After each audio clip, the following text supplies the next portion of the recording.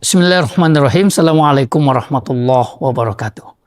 Alhamdulillahirabbil alamin, pemirsa BMH TV yang saya banggakan. Beberapa kawan pernah bercerita kepada kami bahwasanya secara finansial dia relatif sudah mapan. Apatah lagi kemapanan hidup itu, kemapanan finansial itu diukur pada rumah yang dia miliki, harta yang dia simpan, kendaraan yang dibeli, ya, jabatan yang sudah digenggam. Namun kadang-kadang, kata mereka, apa yang dimiliki tidak berdampak lurus, tidak berdampak positif pada kehidupan dia atau kehidupan keluarganya. Seakan-akan, ya, dalam bahasa langsungnya, tidak memberi atau tidak memiliki berkah, ya, dari harta tersebut. Nah, pemirsa BMH TV yang saya banggakan, salah satu prinsip berkah dalam harta kita adalah harta itu harus dibagi, didistribusikan sebagaimana agama mendistribusikan harta tersebut. Kadang-kadang ketika kita memiliki harta, pendistribusian kita itu pada diri kita, pada istri, suami atau anak-anak atau orang tua kita, circle distribusi harta kadang-kadang hanya seperti itu. Padahal di dalam agama kita, circle pendistribusian harta itu ada pada 8 kelompok lainnya. Fakir, miskin, dan lain sebagainya. 8 asnaf yang telah ditetapkan oleh Allah Subhanahu wa Ta'ala. Maka dalam menghitung, mengurai distribusi harta ini tidak berdasarkan pada bagaimana kita menginginkan pendistribusiannya, tapi bagaimana agama ini menetapkan pendistribusian tersebut. Kepada siapa, dengan status apa, dengan judul apa, seperti itu kita membagi dan mendistribusikan harta kita. Nah, salah satu sumber harta kekayaan yang Allah berikan kepada kita adalah peternakan. Beberapa di antara kita, baik karena hobi ataupun karena melihat celah bisnis, kemudian memelihara beberapa binatang yang termasuk dalam binatang ternak. Apakah itu kambing, apakah itu domba, sapi, kerbau, dan lain-lain sebagainya.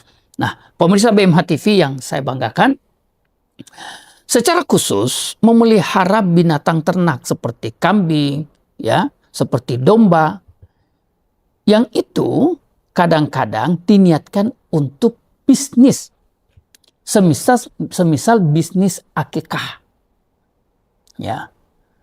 Apakah kambing, domba yang kita pelihara ini ketika dibisniskan pada atau diniatkan pemeliharaannya untuk bisnis akikah, hitungan zakatnya sama dengan hitungan zakat peternakan seperti biasa, atau dia memiliki hitungan zakat tersendiri karena niat dalam memelihara kambing ataupun domba itu tidak sama dengan peternakan pada umumnya.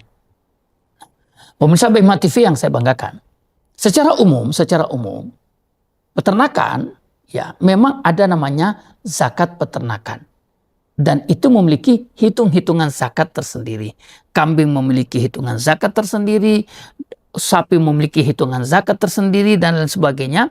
Dan boleh jadi ketika orientasi pemeliharaannya itu berbeda, misalnya kita memelihara kambing untuk bisnis akikah, boleh jadi penghitungan zakatnya juga akan berubah. Ya, dalam beberapa literasi, ya, disebutkan bahwasanya semisal kita memelihara kambing ataupun domba dan diniatkan untuk bisnis akikah, maka hitungan zakatnya itu berbeda dengan peternakan pada umumnya.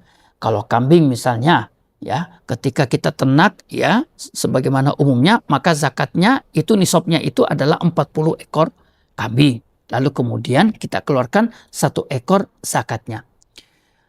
Dalam beberapa referensi mengatakan bahwa ketika diniatkan untuk akikah contohnya, maka kita menghitungnya berdasarkan emas. Ya, yaitu binatang ternak atau misal kambing dan domba, kita nilai atau kita konversi pada nilai emas, ya, yaitu 85 gram 24 karat. Ya, maka ketika sudah senilai dengan 85 gram, ya, atau dikonversi pada zakat emas, ya, zakat harta, maka itu sudah bisa kita keluarkan atau sudah harus kita keluarkan zakatnya. Kenapa berbeda? Karena niatnya dalam memelihara binatang ini juga berbeda. Ya, maka hal ini harus dipahami oleh kita bahwa ketika orientasi dalam memelihara atau menyimpan aset, menyimpan kekayaan, semisal binatang ternak, maka hitungan zakatnya juga terdampak pada cara mengeluarkan zakat dari binatang ternak tersebut. Dan hal ini juga terjadi pada kekayaan-kekayaan lain, bukan cuma pada binatang ternak. Contoh pada aset properti yang kita miliki. Ketika kita menyimpan, memiliki aset properti tidak untuk bisnis, maka hitungan zakatnya itu berbeda. Sebagaimana kalau kita menyimpannya untuk kepentingan bisnis, jual beli contohnya. Dan juga aset-aset lainnya. Ya, pemirsa BMH TV yang saya banggakan, ya, pada intinya menyimpan atau memiliki aset harta dalam skala tertentu, bahwa kita juga harus mengiringnya dengan pemahaman zakat yang memadai.